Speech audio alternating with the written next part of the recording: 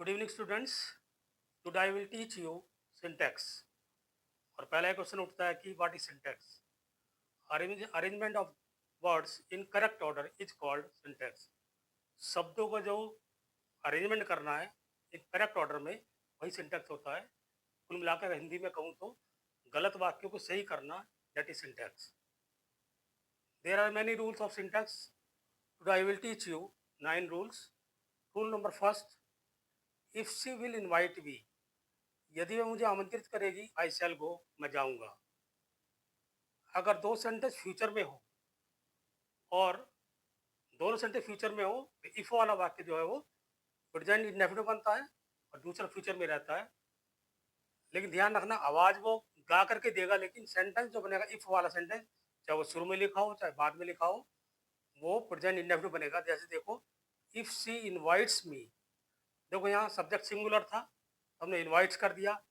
अगर subject plural होता तो यहाँ इनवाइट करते, ऐसे नहीं लगाते। फिर इस तरह से वर्क हार्ड, कठिन परिश्रम करो, लेस्ट कहीं ऐसा ना हो यू कुड फेल, तुम फेल हो जाओ।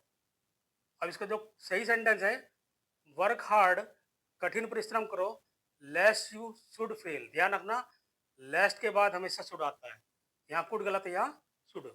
रूल नंबर थर्ड, ऑल दो ही वर्कड हार्ड, ऑल दो का मतलब होता है यद्यपि, हालांकि।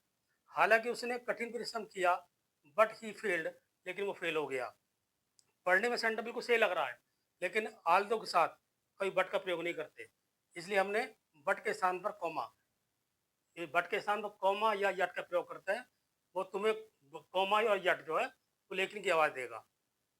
Next sentence, next rule, rule number fourth, unless he does not come my home, जब तक वो मेरे घर नहीं आता, I shall not go his home, मैं उसके घर नहीं जाऊंगा।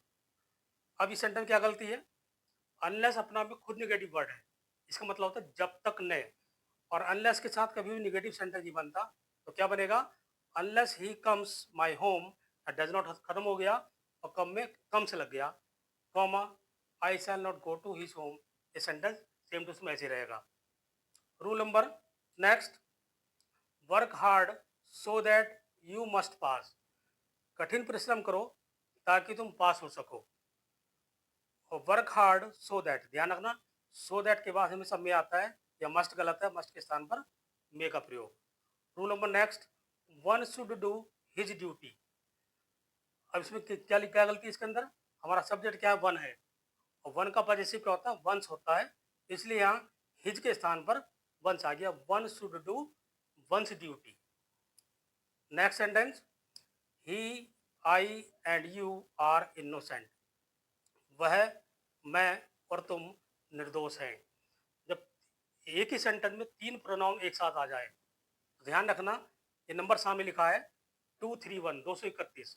अब इस 231 का क्या मतलब है, टू का मतलब सेकेंड पर्सन, थ्री का मतलब थर्ड पर्सन, और आई का मतलब फर्स्ट पर्सन।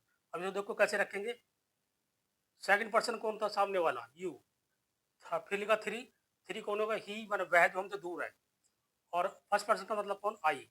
तो हमने इसके अकॉर्डिंग ये नंबर रखे, you, he and I R innocent, innocent बोलते हैं निर्दोष को। इसी का दूसरा सेंटेंस देखो, ही, I and you are guilty, कि वह, मैं और तुम दोषी हैं। अब ये सामने लिखा 1 2 3, अब आप कंफ्यूज हो रहे होंगे कि सर ने यहाँ 2 3 1 बताया, यहाँ 1 2 3 बताया, तो कैसे याद रखेंगे कि 2 3 1 के हिसाब से रखना है या 1 2 3 के हिसाब से रखना है। अगर सेंटेंस गुड सेंस दे रहा है, गुड सेंस का मतलब इनोसेंट, निर्दोष है, इसका मतलब वो गुड सेंस में है, तो याद रखना 2 3 1। और बैड सेंस में है तो 1 2 3। देखो, 1 के हिसाब से आई, और 2 के हिसाब से यू, और 3 के हिसाब से ही आर गिल्टी। शायद समझ में आ गया होगा।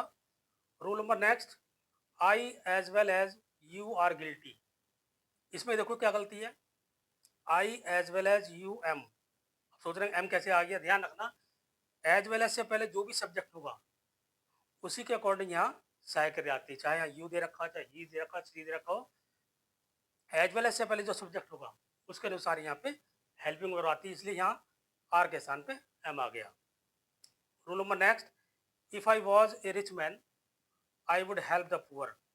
इस सेंटेंस का सेंस कह रहा है कि काश मैं मालदार आदमी होता तो मैं गरीबों की सहायता करता। जब सेंटेंस इमेजिनरी होता, काल्पनिक होता है, जब हम कल्पना कर रहे हैं कि मालदार आदमी होता, तो उस केस में आई के साथ कोई वाज नहीं लगता, आई के साथ वर लगता है। If I were A rich man I would help the poor. काश में एक मालदार आदमी होता तो मैं गरीबों की सहायता करता। और शायद आशा करता हूँ कि ये सारे सेंटेंस समझ में आए होंगे। इस तरह से बहुत सारे रूल हुए। तो ये मेरी इस सिंटैक्स का पहला पार्ट है, और अगला पार्ट मैं नेक्स्ट वीडियो बनाऊंगा। और अगर वीडियो अच्छी लगी हो तो मेरे चैनल को सब्सक्राइब करो और कमेंट जरूर करो। और बहुत सारी चीज़ नई नई आइडियाज़ आते रहते हैं, लेकिन एक साथ तो वीडियो डाल नहीं सकता।